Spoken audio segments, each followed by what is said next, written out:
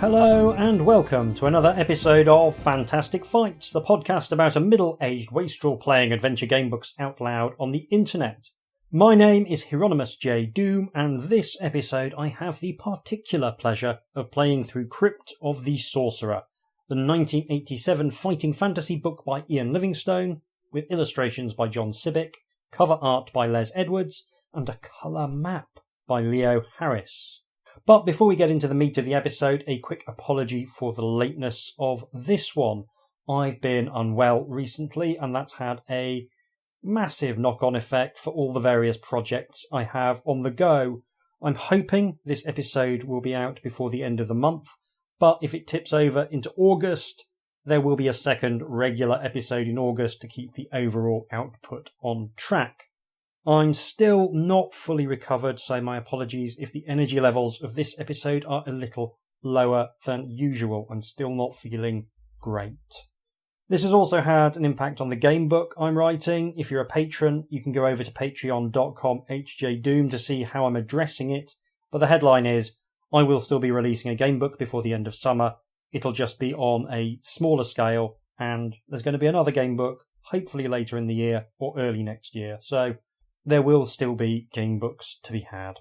Lastly, there's some fairly major building work going on the other side of my road. If you hear any noise in the background, that's likely the source. I don't have the energy to record in the evenings at the moment, so I will do my best to clean up the audio, but there's only so much you can do. I do hope it isn't too distracting. With the housekeeping out of the way, let's look at Crypt of the Sorcerer. I have to say, I am delighted to be following a Herbie Brennan mass of insane design decisions with the safest pair of hands in fighting fantasy, Ian Livingstone. The quality of his books definitely varies, but I always know that the writing will be strong, the book will functionally work, and he won't mess with the systems just for the sake of messing with the systems. I expect that I'll be getting something in the classic fantasy adventure line, because that's what he generally does, and he does it really well. But this is one I never played as a child, so I'm coming in completely fresh, which is a delight. The front cover is pleasantly strange, I would say. There is a horrible desiccated zombie-looking thing with unpleasantly thin arms, wearing a red robe and conjuring a small fire with its outstretched hand. Looks very much like the Sorcerer of the title, I think. That's pretty cool, but my favourite bit is that it's standing in front of a sarcophagus from which a mixture of heads and skulls are exploding out in all directions like some kind of necrotic Roman candle. It's completely nuts, and I really hope it reflects something of the final confrontation with the titular sorcerer. So, let's generate a character and get this thing started. We are totally back to basics with this one. We have skill, stamina and luck to generate and nothing else. We don't even start with any provisions. So, I've generated my traditional above average character, who I have called Mandible Turbot Hacker, because I think that sounds like a nicely heroic name. They have a skill of 11, a stamina of 22, and a luck of 10. And that is such a contrast with Fire Asterix Wolf that I just cannot even grasp it. This is the shortest character generation bit I think we've had for some considerable time, but we're done. So let's dive right into Crypt of the Sorcerer. Chalice is a small town, lying on the banks of the Silver River at the base of the Moonstone Hills. Pretty sure we've been there before. It has grown from being merely a cluster of cabins and huts into its present size, mainly because it became an important trading centre for prospectors seeking gold in the hills. It was the first safe haven for merchants who had travelled west from the flatlands on their way to Silverton. In Chalice they could rest and do business without fear of attack. There are plenty of inns and places of entertainment, and it used to be among the most boisterous towns in all of Allansia. I have to say, the town where I live gets pretty boisterous on a Friday or Saturday night. Also, sometimes a little bit stabby. But now, as you look out of the window of your upstairs bedroom at the Lion Inn, there is no sign of merriment. For 3 weeks the sky has been dark and menacing. People recently arriving in Chalice from the east have told of pestilence, plague, disease and famine moving ever closer to the west. Pestilence, plague, disease. Those are functionally synonyms. Only yesterday, a story spread like wildfire through the town that someone had discovered where the source of the evil lay. An elf, flying south on his giant eagle over the southern edge of Moonstone Hills, noticed a deep fissure in the ground, out of which rose a putrid-smelling vapour. All around the fissure the grass was blackened and the trees were stunted and leafless. Sounds like Daventry. As he flew over the fissure, the elf said he saw a scorched and withered hand rise out of the gap, its claw-like index finger pointing up at the eagle. An energy bolt shot up from the tip of the finger and burned a hole straight through the poor creature. It crashed to the ground, but the elf escaped with his life and walked to Chalice to tell the tale. Poor eagle. I like an eagle. You are a friend of the old wizard Yaztromo. Hey! Nice to see him back again. We really are filling in Allansia as a place and seeing some nice repeated characters cropping up. You are a friend of the old wizard Yaztromo who lives on the southern edge of Darkwood Forest, and you decide to visit him and to relate the elf's tale. In the now familiar dusky light of day, you spur your horse northwards to Yaztromo's tower, and before nightfall you reach the overgrown path that leads to it. You dismount quickly, stride up to the huge oak door, and ring the brass bell that hangs on the stone archway. There is no reply. Suddenly you are tapped on the shoulder. You whirl around, reaching for your sword. "There'll be no need of that," grunts the old man who stands before you, shaking his finger in admonishment. "What are you doing here, anyway, disturbing my peace and quiet? I haven't laid eyes on you for over a year, and now you just turn up unannounced, walk straight through my herb garden and ring my bell long enough to wake the dead.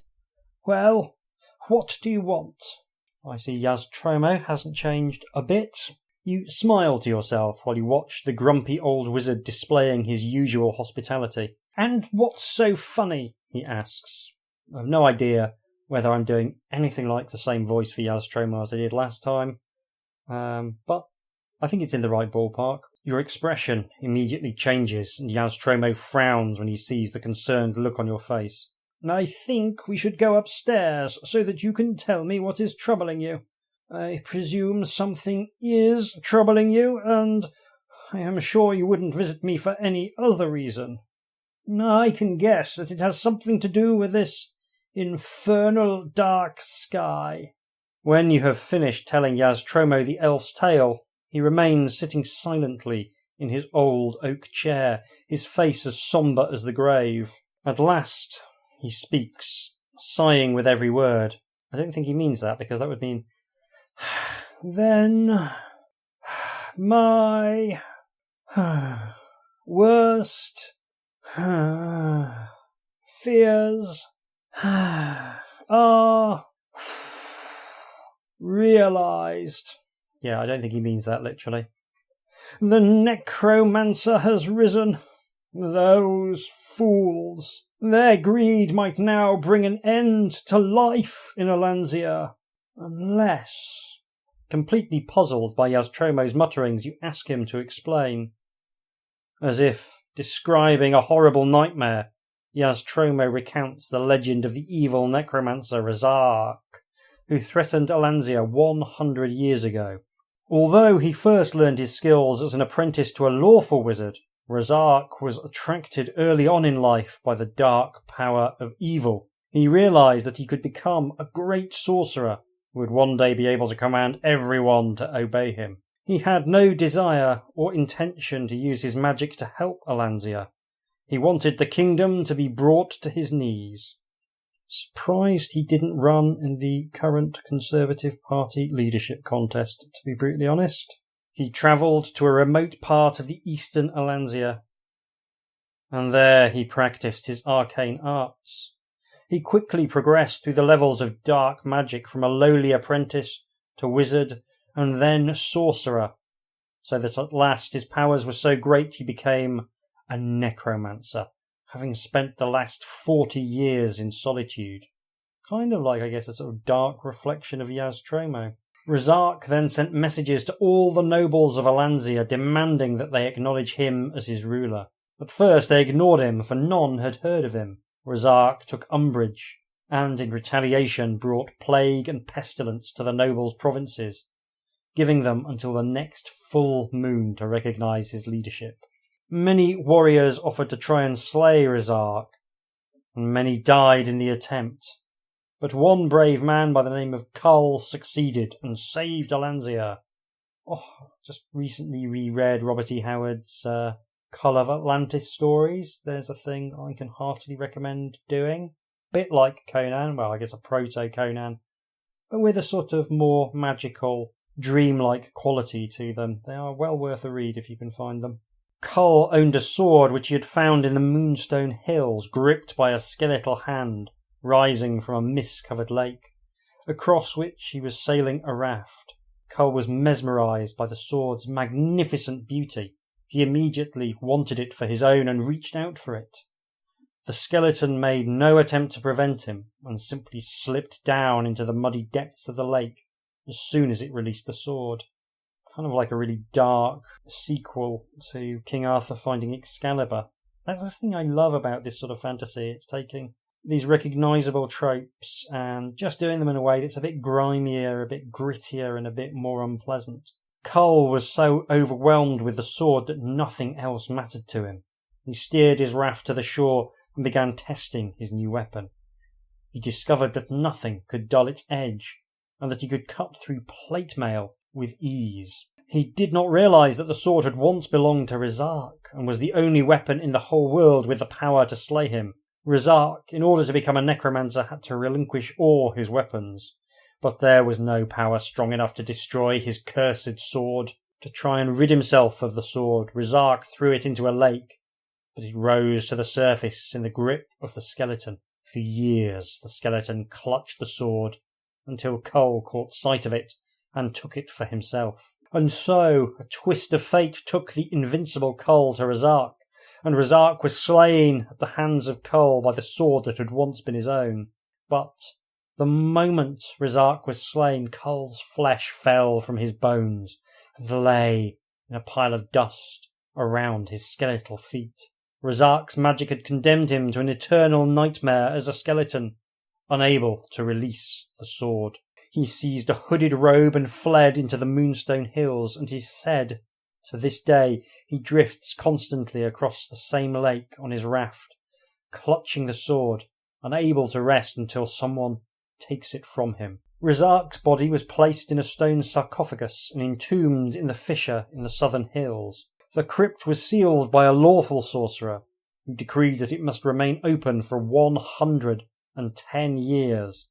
Otherwise the necromancer would rise with a host of undead to destroy all life. I can only assume, concludes Yaztromo with a deep sigh. He does love a sigh at the moment, Yaztromo. That treasure hunters found the necromancer's crypt and opened it unknowingly. Rizark must be destroyed before it is too late. Oh, but it's going to be so difficult. We'll need to find Rizark's sword and a number of talismans and amulets that will protect you from the necromancer's magic. I trust you will volunteer for this mighty task. Already, we've got a classic Ian Livingstone shopping list. Go and find the sword. Go and find the necromancer. Oh yeah, but also you will need 12 different talismans and amulets in order to defeat him. So nice to see Ian Livingstone playing true to form. Slowly you nod your head, although your brain is still spinning with Yaztromo's tale of Rizark and poor Kull. Good, continues Yaztromo. Now don't worry about the sword. I won't let you become a skeleton. Just bring it back here, and in the meantime I'll be calling on a few people who can help us. There's no time to waste. You must find the lake in the Moonstone Hills. Rest well tonight and leave at first light. Well, what little of it there is. So that is our intro, and I really enjoyed it. I think, the kind of Razak as a sort of dark reflection of Yaz-Tromo, both sort of living alone and following their magical inclinations. I think that's really good. I like the detail of finding the sword from this cursed skeleton warrior who once defeated Razak. That I really like. If I were writing it, this would almost certainly end with us turning into the skeleton warrior at the end, because I always lean more towards tragedy than heroism as an outcome. So yeah, I have every hope that this will be a decent adventure. You are woken from a nightmare in which undead creatures attack you with swords, by Yaz-Tromo tapping you on the shoulder. "Time to get up, it's almost dawn," he says in a sleepy voice. Within 20 minutes you are outside and mounted on your horse. Yaz-Tromo smiles, ever optimistic in the face of danger, and hands you a small glass phial. "A healing potion," he explains. "Enough for 5 tots. Note this on your adventure sheet. The healing potion will restore 4 stamina points each time it is drunk. Make a note each time you drink a tot." So, don't have any provisions, which is a shame, but we do have a healing potion, which honestly makes more sense than cramming sausage rolls into your face to heal a sucking gut wound. So, I'm not going to complain too much. Probably a sensible idea to reduce the total amount of healing available to a starting character by half. Having 40 stamina points in reserve was a bit generous in many ways, and it's the thing that a lot of people mess with straight out the gate, and I think that makes sense. The old wizard then waves you as you gallop off, heading east towards the Moonstone Hills in search of the Lost Lake. By midday, the hills rise up threateningly from the horizon, flanking you from north to south. You wonder how you will ever find the lake.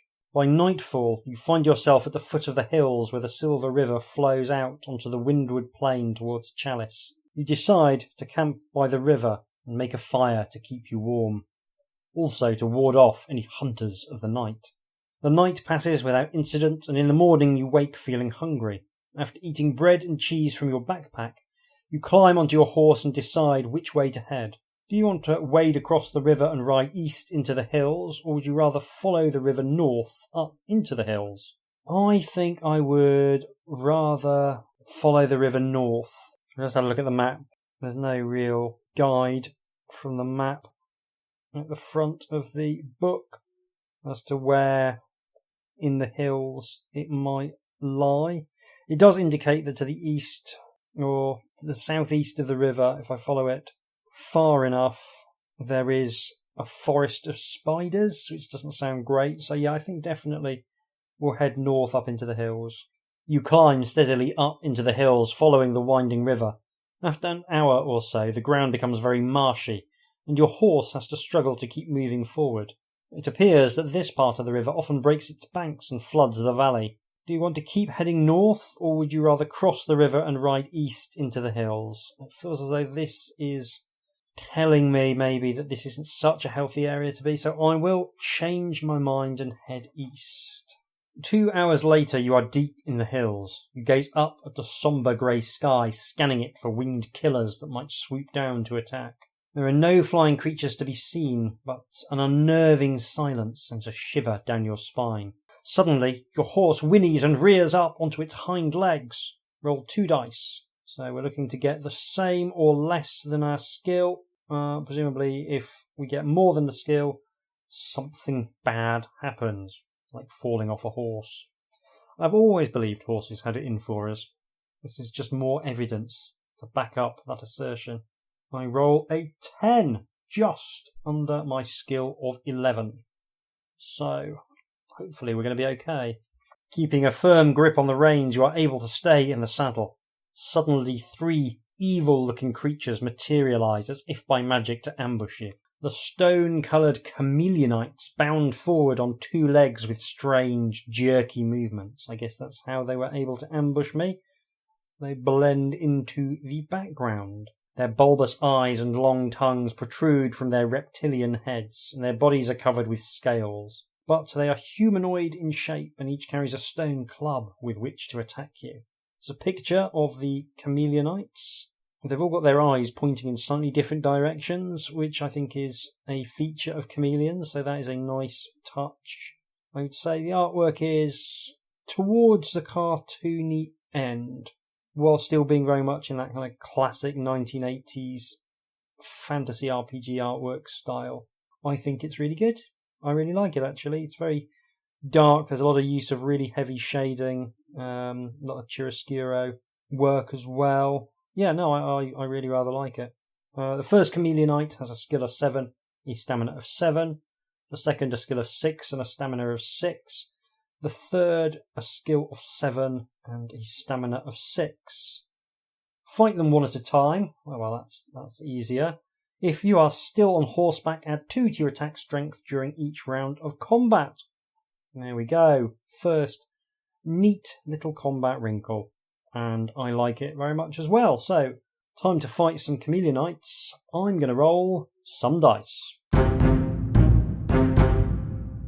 I have defeated the chameleonites. I initially thought, this is going to be an absolute cakewalk. No chance of these fellas doing any damage to me whatsoever. And then, of course, the first chameleonite succeeded in landing a blow on me in the very first round of combat. That was the only damage I took, so my stamina is reduced to 20, but all 3 chameleonites are dead. You look down at the lifeless bodies of the chameleonites and recall a legend you were once told. It is said that the blood of these rare creatures gives a human being the power of perfect camouflage just once in his or her life. But it is also said sometimes there are terrible side effects. Do you wish to dab some chameleonite blood on your body or spur your horse further east? This is a great little encounter. I will dab some chameleonite blood on my body. I like the idea of being able to be invisible even just once. Not for any particularly sinister reason, I just like the idea of not being bothered. You tentatively dab some blood onto yourself and wait to see if you feel any ill effects. Roll 1 die, so we've got something happens on a 1, something happens on a 2, something else happens on a 3 to 6. I'm guessing 1 is the instant death, 2 is very bad and everything else is fine. I hope so. I roll a 3, making that roll by the skin of my teeth. 10 minutes pass and nothing terrible happens to you. You realise that you are immune to the side effects of the chameleonite's blood. Add 1 luck point. Well, my luck is already at maximum, so that doesn't happen. In high spirits, you turn your horse east. Genuinely disgusting noise from the cat, who's busy washing himself on my lap.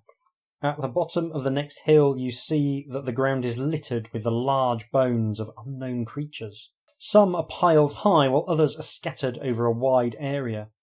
Suddenly you notice a small, black-cloaked and hooded figure scurry from behind one pile of bones to another. "Go away! Go away!" he shouts in a voice full of fear. Do you wish to approach him, or would you rather ride around the Valley of Bones? I think this is a dwarf. I mean, it wouldn't be an Ian Livingstone fighting fantasy book. It wouldn't be a fighting fantasy book at all if we didn't run into at least one dwarf, preferably an elderly one. So let us approach him.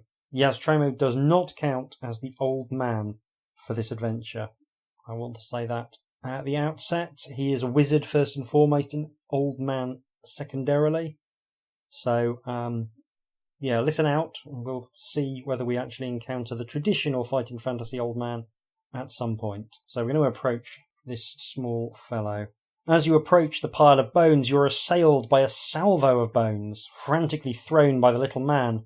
Do you want to attack him? I don't think so. Or would you rather call out and tell him that you mean him no harm?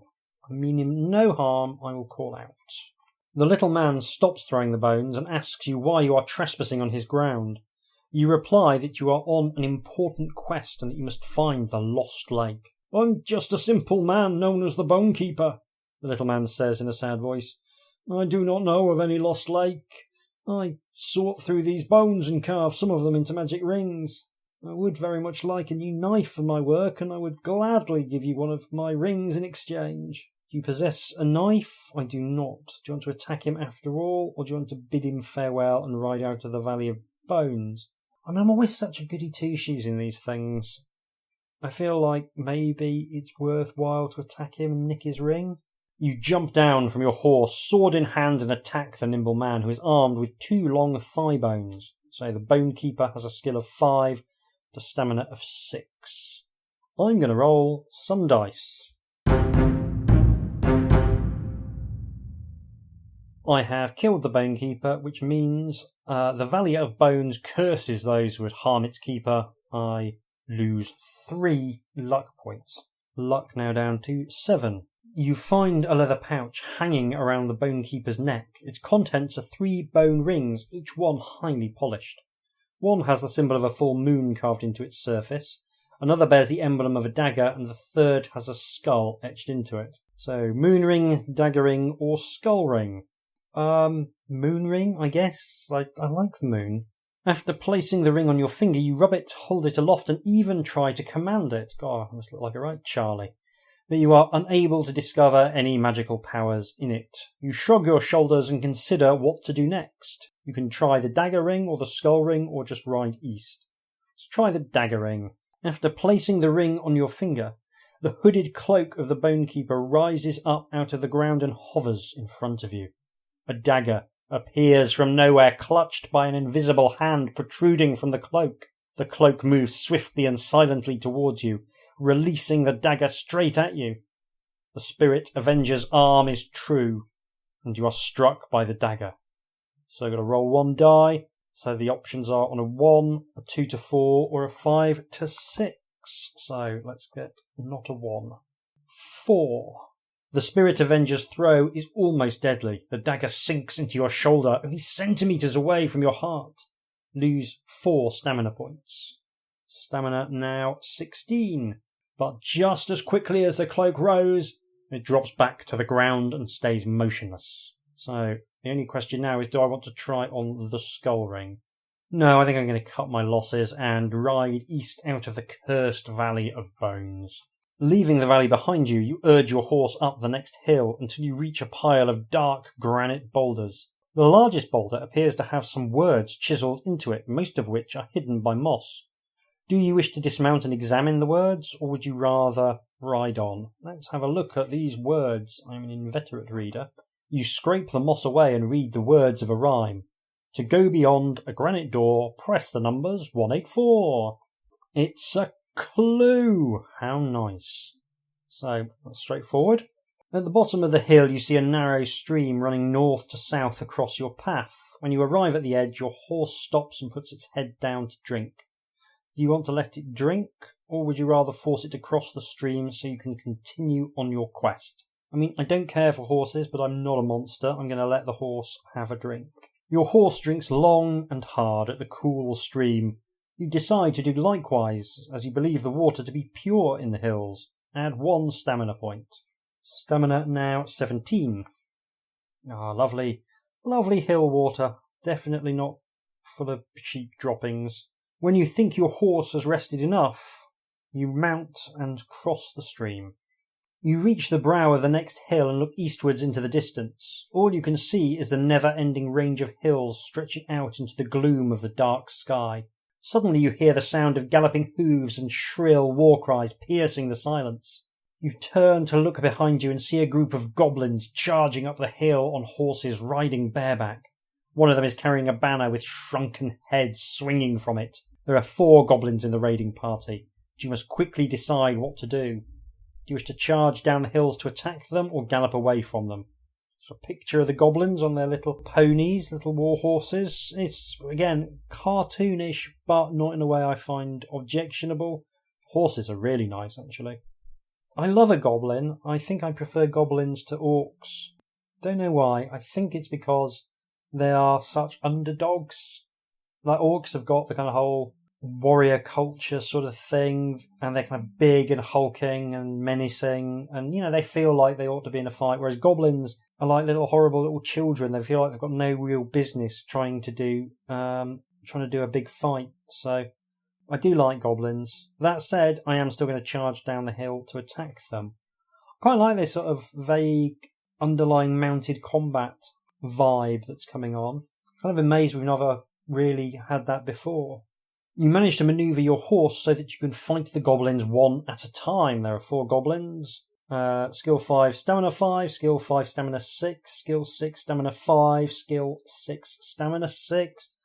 The poor goblins. I feel so bad about the fact that, once again, their ambition has wildly outstripped their ability. I think that's why I like goblins. There's something sympathetic about that. Little scrubs trying their best to be evil and winding up just cannon fodder. Anyway, with a slightly heavy heart, I'm going to go and roll some dice. I have killed the goblins. One of the goblins, goblin number 2, managed to land a blow on me, reducing my health to 15. But yeah, I have handily defeated all 4 goblins. A search through the canvas bags belonging to the goblins yields 2 gold pieces, some stale cheese, and a cracked mirror in a silver frame. You pack away the gold and the mirror and examine the cheese. Do you want to eat the mysterious goblin cheese, or would you rather throw it away and ride east? I feel like nothing good will come of eating goblin cheese, but at the same time, I am incorrigibly curious. So let's note down what we've definitely got. So we're eating the cheese. The cheese is dry and hard, but still nourishing. Add 2 stamina points. After you've finished eating, you slap your horse on the neck and ride east. Hey! Probably best not to ask what kind of milk was used to make that cheese. You ride over the top of the hill and down the other side. At the bottom you can see a small wood at the end of the valley to the north. Do you want to ride towards the wood, or would you rather ride up the next hill? I like a wood a lot, so we're going to ride towards the wood and hope it's not the forest of spiders.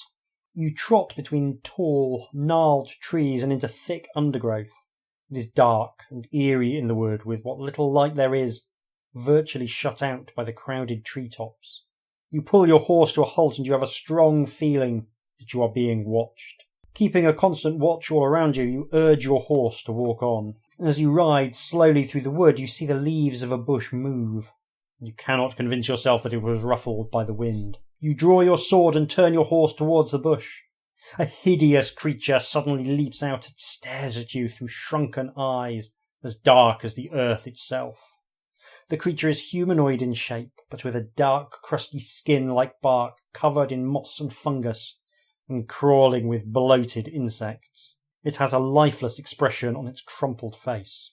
Suddenly the wood demon's arms uncurl and extend like long vines, trying to pull you from your horse. Roll 2 dice. If the total is the same or less than your skill, it's all gravy. If the total is greater than your skill, I assume you get yanked from your horse. 5. Imagine that means I stay on horseback. There is a picture of the wood demon. It's pretty good. It looks suitably repellent, with the kind of gnarled suggestions of recognisable features, but the artist has very sensibly kept them to just suggestions, and covered in all sorts of vegetation and insects and what have you. Yeah, it's cracking. Really cracking. You fend off the arms with your sword and then lunge forward to attack the demon of the woods. The wood demon has a skill of 9 and a stamina of 10. The old dice getting a serious workout this time out. Are hardly surprising, because Ian Livingstone loves a combat encounter. He really does love a combat encounter. So I'm going to roll some dice. Wood demon dispatched without difficulty. I didn't even once roll less than the wood demon for my combat score. Like every single dice roll, I was rolling better than the demon, so that's kind of cool. I'm sure it'll come back around the other way at some critical moment, but for now, I seem to be fighting like a champ, so I've won. If you wish to tie your horse up to the tree and trudge through the thick undergrowth to find the demon's lair, you can, or would you rather ride out of the wood as quickly as possible? Wood demons to me feel like solitary creatures rather than, clubbable. I don't think they're going to have a clubhouse in the trees or anything, so I'm going to try and find the lair. You always have to be exploring with an Ian Livingstone, because there is this laundry list of stuff you need to get, so it lends itself to a very exploratory play style, which is how I would play anyway, so I quite like being pushed in that direction. You spend some minutes cutting your way through the bushes and brambles, but fail to find a lair. Perhaps the demon has no resting place. You've just decided to give up and return to your horse when something catches your eye in a pile of leaves. You brush away the leaves with your sword and discover the skeletal remains of a human wearing chainmail armour, no doubt a victim of the wood demon. You see that the bony fingers of the right hand are clutching a silver rod which is about 1/2 metre in length. A fine helmet lies next to the skull and a perished leather backpack is close by. I'm going to have a look at that rod. Seemed important to the dead fellow. I think it might be important to me. The rod is hollow at one end and has a screw thread inside it. You deduce that there is another part to the rod which is either lost or destroyed. You notice that the number 37 is etched into the solid end of the rod, but do not understand its significance.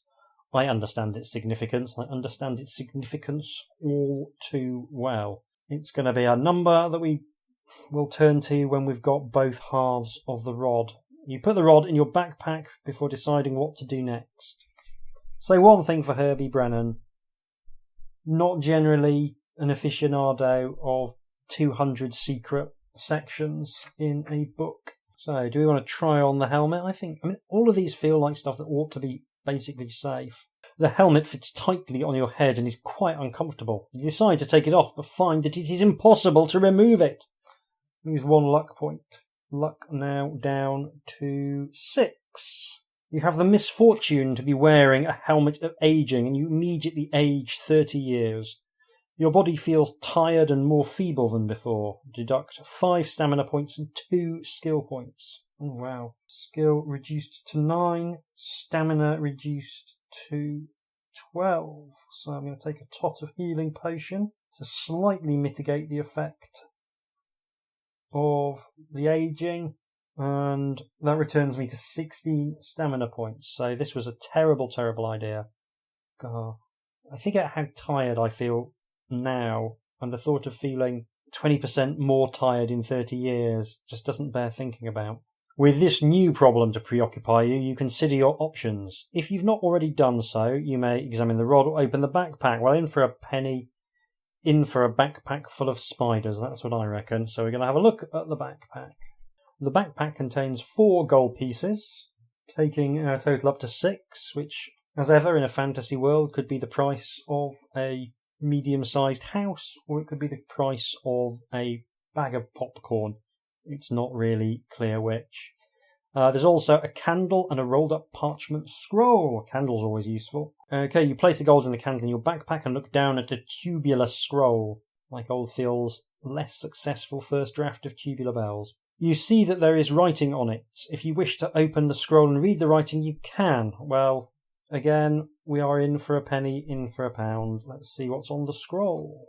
The scroll relates the tale of the fabled Gargantis beast and its miraculous horn. Oh, aye. Although there is no absolute proof that the creature exists, rumours about it have been circulating for centuries. It is said to have a lumpy green hide and looks like a cross between a pit fiend and a flesh golem, but with the addition of a single horn in the centre of its forehead.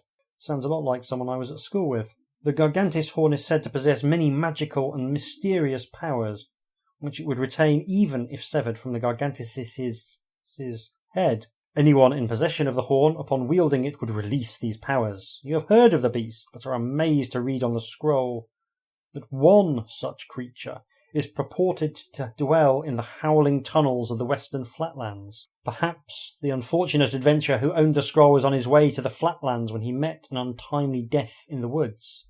You put the scroll in your backpack and consider what to do next. So, all that we have left to do is to return to the horse. Much to your relief, the horse is still tied to the tree and appears to be contentedly munching the grass. You waste no more time, mount your horse and set off once again. Ever watchful for hidden attackers, you ride slowly through the wood. You soon come to the edge of a small clearing, where the ground is covered with globe-like fungi which are deep purple in colour. Do you want to ride through the fungi, or would you rather ride round the edge of the clearing? Well, it's the classic wilderness trap, isn't it? The globe fungi that explode into deadly spores I'm going to assume that it's a trap and ride around the edge of the clearing. After riding around the clearing, you notice with relief that the last of the trees are beginning to thin, and soon you are out of the wood. Very kind of high level, this. We're very much in the travelogue end of adventure game books here. Yeah, we're covering a lot of ground. Which makes a change from sort of, dungeoneering, obviously, you cover very little ground. It's sort of interesting the way that, these books interact with time. Maybe that's something I'll talk about more at the end, but between sections, hours pass, whereas you don't get that at all in a more constrained setting. I worked out that the first game book I wrote, if you went by the absolute fastest route to the end, it was probably somewhere around 10 to 15 minutes would pass in game time, which is kind of cool. The rest of the day passes without incident and without sight of the lost lake either. In the fading light, you choose a suitable place to camp down for the night, making sure that your horse is securely tethered to a nearby tree, presumably so it can't shiv me in the night. You settle down to sleep but are woken in the middle of the night by a howling cry. Your eyes open to see a full moon, and in an instant you are standing sword in hand. You feel your heart beating fast as you strain your eyes and ears. Suddenly you hear the sound of twigs snapping, and then a low growl. You see a shadow move, and in the dim light recognise the thick brown hair, long fangs, and bestial features of a werewolf. If you are wearing a moon ring and know how to use it, turn to the number stated in the spell. If you're unable to do this, you must fight the werewolf with your sword. Oh, curse me for a fool for killing that little man of unspecified age. I have the moon ring, but I don't know what to do with it. Nice callback, nice callback. So, the werewolf has a skill of 8 and a stamina of 9, but I need to track whether I suffer any wounds at all, which I imagine means I will turn into a werewolf myself. So, with my heart in my mouth, I'm going to roll some dice. I have defeated the werewolf, but it didn't just bit me once, it bit me many, many times. Those 2 points of lost skill really, really taking it out of me. And I've been reduced to stamina 6, so I think any suggestion that I may have avoided lycanthropy is minimal. The wretched humans who are afflicted by lycanthropy are forced to turn into savage werewolves when the full moon rises. Anyone bitten by a werewolf is likely to turn into one himself, or herself. If you are wearing a crystal of sanity, you will be immune to the disease. I could deal with one of those in real life, quite honestly. Otherwise, if you have a candle, then something might happen. Oh, I do have a candle. Oh, this is cool. You quickly light the candle, knowing that you have less than an hour to save yourself from a terrible fate. Frantically, you begin to search by the light of the candle for belladonna, the only plant known that will cure the disease. So, that's cool. I like the idea of using the candle to find belladonna. That's a really, really imaginative use for a very ordinary item, and I really appreciate that. Let's see with my whopping skill of 6 whether I can find some belladonna.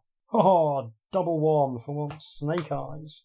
Luck now 5. Belladonna is also poisonous, so I'm going to, while I'm searching, have a little tot or healing potion, taking my stamina back up to 10. Because it would be enormously embarrassing to die of belladonna poisoning, having saved myself from lycanthropy. After half an hour of rummaging through the undergrowth, you find the deadly nightshade plant, and are hardly able to believe your good fortune.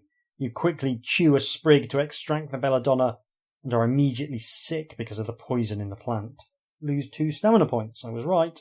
However, to your relief, you are cured of the disease.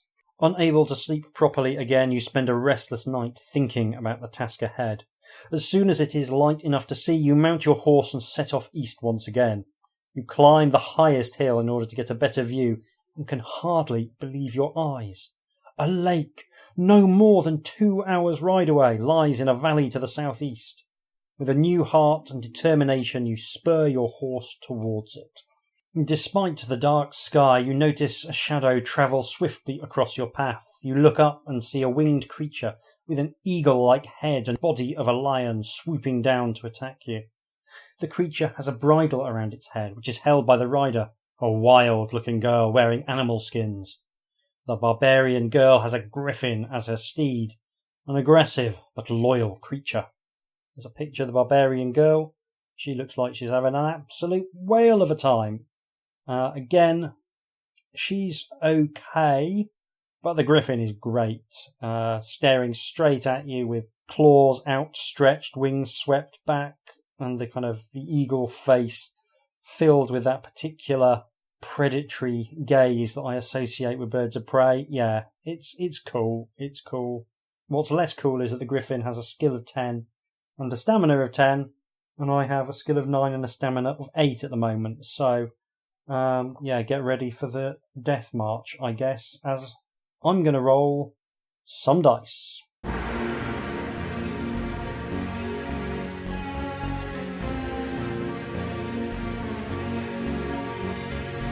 Yeah, I have effectively died. Yep, that was very, very swift. I managed to hit the griffin twice, but I was then torn apart by claw and beak, whilst this jolly young lady presumably had a good giggle about it. So I am going to invoke the sausagey finger bookmark rule. I'm going to treat it as if I won the combat. I'll lock myself back to 10 stamina, and I'll use up a healing potion. Let's move onwards. Hopefully she's got some good loot. In its death throes, the griffin soars up into the sky before plummeting to the ground like a stone some 200 metres away. You do not see the barbarian girl get up from the ground and assume that she is either injured or dead. Do you want to ride over to investigate, or just ride towards the lake? Let's go and investigate. The girl lies in a contorted heap close to her griffin. There is no sign of life, and you wonder why she attacked you. Perhaps the griffin was hungry and intended to eat horseflesh. The girl was armed with a sword and shield. If you do not have a sword, you may take the girl's and add 2 skill points. I do have a sword. I would love to add those 2 skill points, but I can't. The shield is circular and has strange writing etched around the circumference. Do you want to take the shield? Of course. If there's any possibility of a magic shield, I am on it. You are in possession of a magical shield which dates back some 200 years. It has the unusual ability to defend its carrier from magically cast lightning bolts. It does, of course, defend against sharpened blades, too. Named the Defender by its maker, it is one of the finest swords in all Allansia. So you can add 1 skill point, much needed, taking my skill back to 10. I can add 1 luck point, taking my luck back to 6. Everything's going to be fine. You sling it over your shoulder and ride off towards the lake. While riding down one of the last hills before the lake, you notice a rusted iron box lying at the base of the tree. Do you wish to open the box, or would you rather press on towards the lake? I think I will leave it, because I do want to get to the lake without dying. And obviously I can't really invoke the sausagey finger bookmark rule again, so I'm going to press on towards the lake, because I'm really curious to see what happens there. You ride nervously over the brow of the hill that leads down towards the lake. There is a deathly silence in the valley, and hardly a ripple breaks the surface of the dark, mist-covered water which stretches into the distance. You quickly scan the lake and see no movement on it. You wait patiently for almost an hour, and then you catch sight of an object drifting slowly towards the western shore. You strain your eyes and see that it is undoubtedly a raft, and that a robed figure is sitting on it. You spur your horse along the shore to the point where the raft is heading. As the raft drifts closer to the shore, you urge your horse into the cold lake and set eyes on the cursed skeleton of Kull, still gripping Razak's sword as it has done for 100 years. The skeleton of Kull sits motionless on the raft as you approach. You overcome your anxiety and reach out to take the sword from Kull. You hear a whispered sigh of joy and watch the skeleton crumble into dust and disappear between the logs of the raft into the lake. After placing the dreaded sword in your belt, you ride off west towards Yaztremo's tower, unable to rid yourself of the haunting thought of the terrible fate that may await you as keeper of Razak's sword. So there's a picture of the skeleton in the lake, and you can see it proffering the sword to you. It's really good. You can see your own hand reaching out, but with a sort of sense of tentativeness to take the sword. It's a great, evocative picture. Does exactly what you want. So, yeah, very nice indeed, and a very nice, evocative set piece without any combat or anything. Sometimes all you want to do is just write the thing without messing around with it too much. And that's a great example of that. Consumed by dark thoughts, you do not notice that you are being followed, and only the sound of galloping hooves brings you back to reality. You look behind you and see an armoured centaur closing on you. Your horse is too tired to outgallop the centaur, so you turn to face your adversary, who is armed with a long spear. So the centaur has a skill of 10 and a stamina of 10. Oh, these are some meaty combat encounters. That's the same skill and stamina I've currently got. I will have a little tot of healing potion on my way in, I think. That seems reasonable. I'm taking my stamina to 14, meaning that all things being equal, I should beat this centaur. So, for the umpteenth time this recording, I'm going to roll some dice. I have defeated the centaur. He reduced me to 8 stamina points, so I'm going to gulp down my last tot of healing potion to take my stamina back up to 12. Around the neck of the centaur hangs a bronze talisman in the shape of a horned demon. Do you want to wear the talisman yourself, or would you rather ride off without the talisman? Let's stick that talisman on.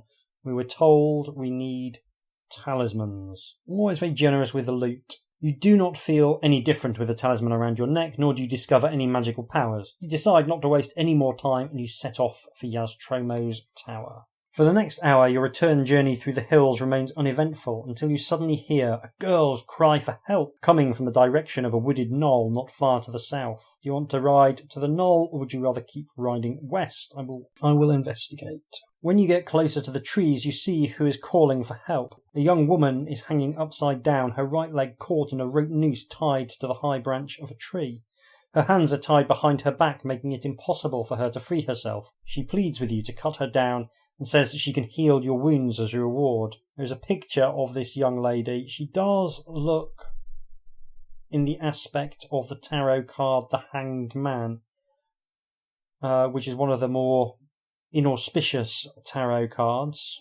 She's got the leg crossed. The artist's use of quite thick black lines makes it kind of hard to read her expression, but I'm going to say she does have a hint of evilness to her, so it might be a mistake. Well, it's a mistake I'm going to lean into. I am going to cut her down because, again, I'm kind of curious to know who or what this young woman is. The woman is soon free and thanks you for rescuing her, but you keep your sword in your hand, as many an adventurer of Allansia has died in the past due to trickery. The woman notices your suspicion and says, "My name is Jella. I am a half-elf. I am an apprentice to the wizard Kovacs of Zengis. He's a specialist in long life and has sent me into the hills in search of rare herbs. Unfortunately, I was ambushed by goblins. They took nearly everything I had, but ignored my most valuable possession, tin of healing powder." You watch as Jella opens a small tin and offers you a pinch of brown powder. Do you want to swallow some of the powder, or would you rather bid her farewell? I'll take her word for it. I could do with the healing, I'll be honest. Jella is true to her word, and some of your wounds immediately start to heal before your eyes. Roll 1 die and add 2 to the number rolled. That is a 4, meaning I can add 6 stamina points, which takes me back up to a much more robust stamina of 20. After telling Jella briefly about your quest, she warns you that there are a lot of boulder beasts in the hills and that you should be careful. You thank her and bid her farewell before riding off west. Boulder beasts do not sound great. Do you think they're beasts that are shaped like boulders? They're beasts that are made out of boulders, or do you think they're beasts that eat boulders? The day passes quickly, and soon you find yourself riding down a narrow valley between 2 rows of hills. This is a welcome change from continually riding up and down hills. However, in the wild lands of Allansia, danger is never far away. Standing ahead of you in the middle of the valley is a horrible, ugly brute some 6 meters tall, dressed in grubby animal skins. A pile of rocks lies next to the hill giant, who calls out and threatens to hurl them at you unless you give him 5 gold pieces to allow you through his valley. I think there's one of the deeds of Theseus is killing a bandit who I think was unusually tall, who crushed people with a rock. Do I want to give him the gold? Do I want to attack him with my sword or just ride up the hill to bypass the giant? I imagine this giant can hoy a rock some considerable distance. I mean, I've got 6 gold. I could just give him the gold. I might do that. You ride slowly up to the giant, ready to draw your sword in case he should suddenly pick up a rock to throw at you. When you feel you are close enough, you drop the gold pieces on the ground and urge your horse into a gallop. The giant ignores you as you gallop past him, being much more concerned with picking up the gold. When you consider yourself well out of the range of the giant's missiles, you slow your horse down to a walk. Cowardly but effective. At the end of the valley, you are forced to ride up into the hills again, but the rest of the day passes without further incident. As the night falls, you wonder whether to make camp. In the distance, you can see the glow of what looks like a fire, but it is too dark to make out who might be sitting by it. Do you want to ride over to the fire, or would you rather camp down for the night between some nearby boulders? I bet those are boulder beasts, so I am going to ride over to the fire. As you approach the fire, you hear a man's voice say, "Halt, or I shall loose an arrow at you." It is dark now, so that you cannot see anybody. You decide to err on the side of caution and pull your horse to a halt. Then the man calls out again, "Wise decision, stranger. Now tell me, are you a lawful character or a servant of chaos?" I guess I'm lawful. I mean, I did do that murder that one time earlier. Did do that one murder. Which means technically I'm chaotic, but I'm going to lie and say I'm lawful, because that's the chaotic thing to do.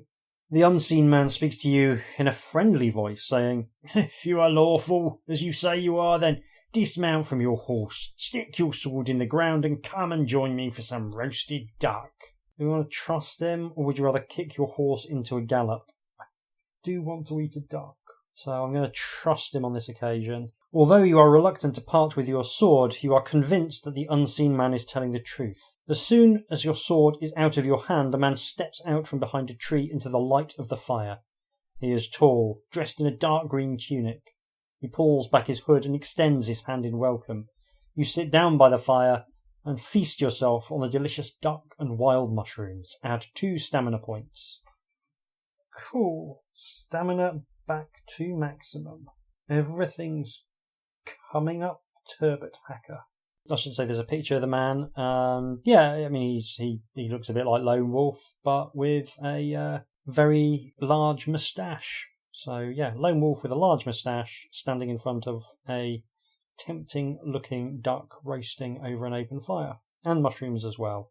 Oh, mushrooms look even nicer. The man tells you that his name is Sim, and that he is a hunter and tracker. "There is nothing I cannot follow and nothing I cannot shoot," he says in a jovial voice, while wiping his mouth with the back of his hands. "But what brings you to these barren hills?" You decide to tell Sim about Razark and the threat to Allansia. When you have finished, Sim looks at you seriously and says, "And I nearly put an arrow through you. I must make it up to you somehow. I therefore offer you my services. I'm sure you will find my skills of some use. What do you say?" You decide that Sim could be a valuable ally, and you accept his offer. Cool. I love it when they do an NPC. After a good night's sleep, you both mount your horses and ride off west. Sim takes the lead, choosing the easiest and most direct way out of the hills. By late afternoon, you are almost at the edge of the hills when Sim notices 2 figures crouching behind large rocks up ahead. "Wild hillmen," he calls out to you. "They think I haven't seen them, and they will jump out at us when we ride by. Do you want to practice your swordplay, or shall we ride around them?" Do you want to fight the hillmen? Would you rather ride around them? I think we will ride around them. Best not go looking for trouble. You turn your horses north and wave to the hillmen, who shake their fists at you in frustration. When out of range of their bows, you turn west once again. At long last, you reach the final ridge and gaze out across the windward plain. You ride on until nightfall and spend a peaceful night in an abandoned hut on the northern bank of Silver River. Not long after dawn, you are back in the saddle and riding towards Yaztromo's tower. You reach your destination by noon and call out excitedly to your old friend as the tower comes into view. Nobody returns your call, and the smile drops from your face. You tie your horse to a bush and walk along the path to Yaztromo's door. You notice that his herb garden is brown and withered, and ugly bushes with long black thorns have quickly grown up, smothering the plants and herbs. Such a remarkable change in a few days puzzles you. You ring the brass bell, but there is no reply. Suddenly a large crow flies down from a window in the tower and drops a piece of paper to the ground. Hey, messenger crow again. Pretty sure we had him in Forest of Doom. Or her. You pick up the paper and read a message from Yaztromo. Dear friend, sorry I am not here to meet you. I am still busy with preparations. Please ride east where you will find me at a wooden hut at the edge of Darkwood Forest. Yaztromo. And you tell Sim about the note, and then you both hurry back to your horses. As you ride east, you wonder if Yaztromo is in danger. After riding along the edge of the forest for less than a mile, a voice calls out from the trees saying, If you're looking for Yaztromo, I know where to find him. If you wish to stop to investigate, you can. Would you rather ride on? Best stop to investigate. Something bad has happened, I'm sure. Yeah, we did stop at an abandoned hut, didn't we? You peer into the forest but see nobody. Suddenly the voice speaks again, saying, No, you cannot see me because I am invisible. I am Suma, a spirit from another magical plane. The forces of chaos against you are great, and I felt it my duty to help you. Yaztromo has been kidnapped by the servants of Razak and taken from the hut to the forest to be sacrificed. Ride north from here into the forest and you will save him. A trap awaits you at the hut. That is all I can say to help you. I am allowed to help you but once more, and should you need me, call out Suma 11. That's my number. Goodbye and good luck. You call out to the Suma for more information, but get no reply. So, do you wish to ride north into the forest or ride on to the wooden hut? Well, I'm going to ride north into the forest, but I also think that we are going to pause the recording there. I'm beginning to feel fatigued, so I will continue to play this, of course, off mic. I think we've had a really interesting tour through Crypt of the Sorcerer, and yeah, I'm very anxious to find out what happens with trying to save Yaztromo's life. So, I will finish playing it. I will cogitate and consider my views of this adventure gamebook, and then I will be back for you in a couple of seconds with some closing remarks. Tatty bye. It's a little over 24 hours later, and I have finished Crypt of the Sorcerer. Did I enjoy it? Yes and no. More yes than no, but there are some frustrating elements of the design that do their best to try and overwhelm the good stuff. For those that are keeping track at home, I can confirm that this book has both dwarves, plural, and an old man, so that's nice for the fighting fantasy purists. Let's get the big negative out of the way first. This is hard. It's harder than those toffees you used to lose baby teeth on as a kid. We'll talk about the laundry list of necessary items and clues in a moment, and we'll just focus for a bit on how cheerfully this book will murder you if you've got less than maximum skill and luck, and how cheerfully it will murder you if you have got maximum skill and luck, to be honest. There are a whole host of places where a failed roll will spell either instant death or the kind of crippling that will make the next roll spell instant death. Most of the actual fights aren't that hard, provided you can hang on to your skill, and those relatively doable fights, they might lull you into a false sense of security, but any hope you had will be completely dashed by the time you get to the final boss, who, assuming you can actually get past his magical tricks in order to throw hands, he has got a skill of 12 and a stamina of 20, and if he hits you twice in a row, it's instant death. So, even though most of the fights are manageable, you still need to be maxed out for the finale, and even then, there's a less than 50-50 chance of winning, even with a skill of 12. By the way, if you get out of that fight with 6 or less stamina and no way of getting above 6, you're going to die immediately after defeating him as well, so that's a nice little kicker. Between the frequent skill and luck rolls and the final boss, I don't think there's any realistic chance of beating this book fairly. I know I gave up fairly quickly on that as a project. If you ignore the rule that says you can't have a higher skill than you start with, you might just stand a chance, but playing as written, I think you are doomed. The worst example is a mandatory encounter, which at least does come early doors, with some poison-spitting insects, which is resolved with a random d6 roll, where anything other than a 1 or a 2 will cripple you to the point where continuing is basically futile. That means that playing fairly, only a third of your attempts will ever be truly viable. That's almost J.H. Brennan-like in its wrong-headed brutality. That is my biggest gripe out of the way. The numbers are stacked against you on every level. Poor design, no hiding from it. However, that doesn't mean that I'm opposed to all the hardcore decisions. There's some I quite like, even though they do make things very challenging. Don't put on any headgear, for example. That's just some free advice from me to you. If you're adventuring in Allansia, if you see something like a hat or similar, give it a miss. Both helms I found were magically crippling, and the sole mask I found was an instant kill. I can only assume that Ian Livingstone thinks that all headwear makes people look stupid, or maybe he was savaged by a milliner at a young age and never got over it. It's completely absurd and very harsh, but it did make me laugh when I spotted the pattern, so I cannot complain.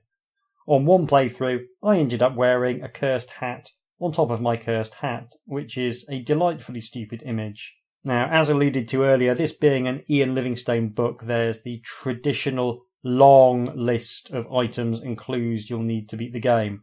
There are a lot of items in this book.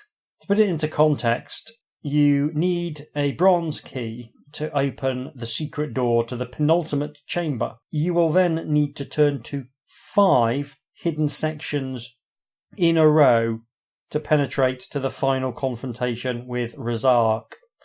Once you're there, there's a mere 3 magical items and 1 more hidden paragraph standing between you and the near impossible final confrontation. That's 10 preconditions you need to satisfy to beat the final boss, to say nothing of the preconditions you need to satisfy to beat the Gigantis, the mid-boss of the adventure as well. Now that might seem brutal, but I have to say, when I completed my final run, I had everything I needed for that. And that was the first time I got to that point. So it's clearly doable to satisfy all of those preconditions. And it did feel awesome to be able to sail through all of those challenges. It felt like a payoff for all of the hard work I'd put in. I mean, it's still quite unfair, especially with some of the decisions needing to be made very early on for a very late payoff, but there's a great range of different challenges you need to meet. Some of it's items, some of it's knowledge, and 2 of them involve listening to a dwarf ramble on tediously about trivia, which is just a fantastic design choice. And this ties in with the presence of NPCs in the second half of the adventure. They don't always feel super present, but it does give you the flavour of leading a party like you're in a game of Dungeons and Dragons. Now, Sim, the Ranger, is as dull as porridge flavoured rice pudding, but Borry the Dwarf, who you pick up in Stonebridge, he's a lot more fun. He's short, he's fat, and he's a proper irritating nerd about all kinds of things. And I do love that you have to actually listen to him prattle about the ruinous price of equipment in Port Blacksand in order to get through the final challenge of the book, despite that not making a whole lot of intuitive sense. In general, I think the NPCs could have been given a bit more space to shine it is possible to kind of forget they're there for chunks, but I do appreciate that their presence doesn't cost you, the player, any agency. They're not getting in the way of your adventure by trying to have their own adventure, which I think is the right side of that divide to fall on. So they add real colour, and I think he's erred on the right side by not having them be a central focus. They are just supporting cast. Now, this is another Ian Livingstone book with a broadly linear structure. There's not a huge scope for wandering off the beaten track, although there is some. It's very much a travelogue, and it can wind up feeling quite long. Not as long as Caverns of the Snow Witch, which really does just feel like one very, very long corridor, but that tendency in how he constructs his narrative is still there. The fact that the quest is broken up into two rough halves, and the NPCs being present for the second half, it definitely helps give that second major chunk its own identity, and that is much appreciated. Now, the travels early on are all by horse, and there's something very nice about how far that allows you to range. It's very open, there's lots of nice nods to the increasingly specific geography of Allansia. We get to see Stonebridge and Mirkwood from the Forest of Doom, complete with Yaz Tromo doing his best knock-off Merlin impression. But it's also nice to see the more recent Creature of Havoc referenced with the Forest of Spiders and Trolltooth Pass. The book Titan, exploring the fighting fantasy world in more detail than ever before, had not long come out, and this book benefits from the increasing sense of being part of a known world. And that's reflected in the monsters as well. Although there's some typically imaginative Ian Livingstone creatures, he's always been a dab hand at a surreal but oddly convincing fantasy ecology. We get plenty of goblins, hobgoblins, trolls, and other fantasy staples, the kind of things that characterise the very earliest books in the series. And I really like the mixture of the novel with the familiar. I think the Chameleonites are fabulous as a great weird creature, but at the same time there's something very pleasant about seeing another hill troll. I also like the way Livingstone has made mounted combat a strong feature of the early book. He's not a writer who tends to experiment too much with the rule system, but by having the horse be part of several fights, he does a good job of building your mode of travel into the narrative on a mechanical level as well. And it did make me think about trying to write a game book where you're a knight and mounted combat is the focus, complete with rules for jousting. So anytime a game book generates those sort of ideas in my head, I always think it's doing something really, really cool.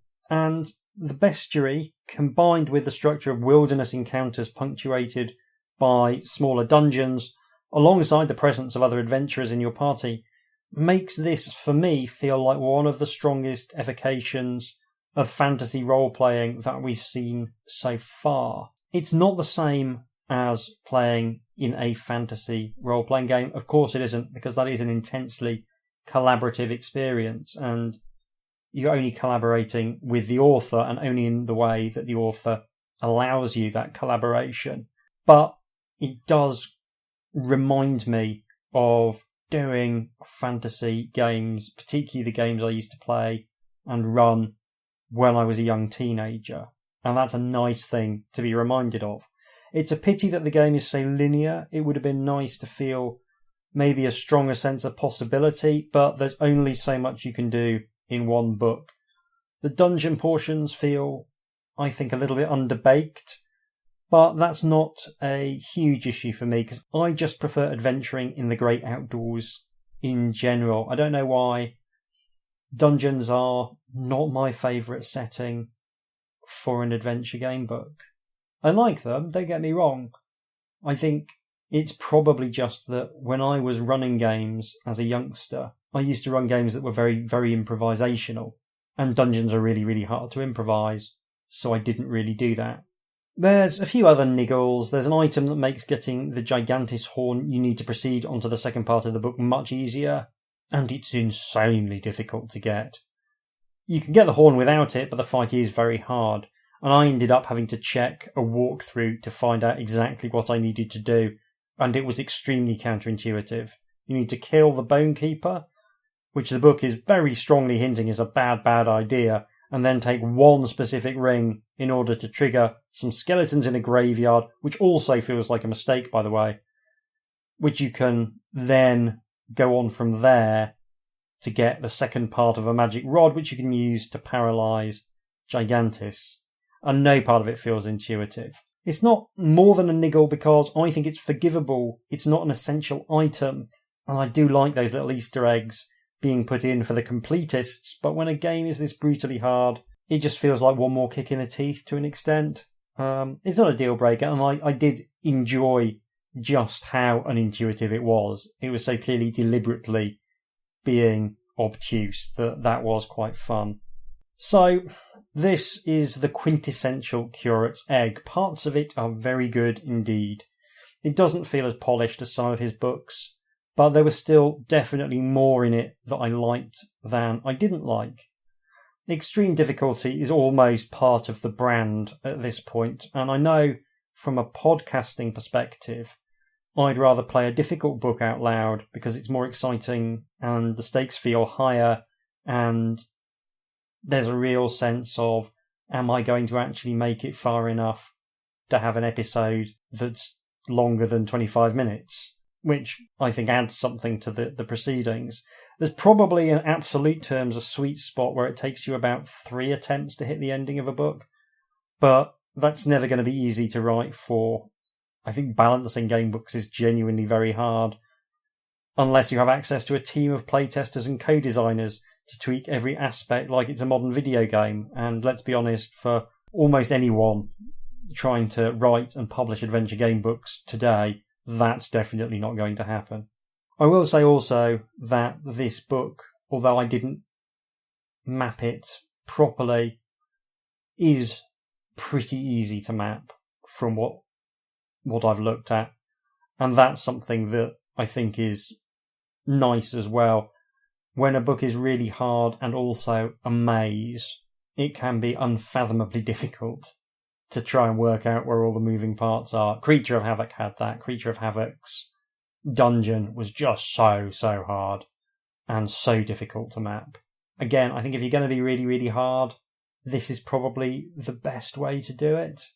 And in the case of Crypt of the Sorcerer, I think there's enough really good set pieces and memorable elements and things that I want to take and try and apply in a different context for me to wholeheartedly recommend it. Just be prepared to get frustrated, be prepared to look at a walkthrough at some point, and for heaven's sake, don't try and do it absolutely fairly or you will go insane. Right, that's all from me for this episode. I'll be back sometime in August, health permitting, or to be honest, health be damned. If you want to support me without giving some feckless layabout your hard-earned cash, then you can always leave a review or rating on your podcast provider of choice, or mention this podcast to someone you think might enjoy it.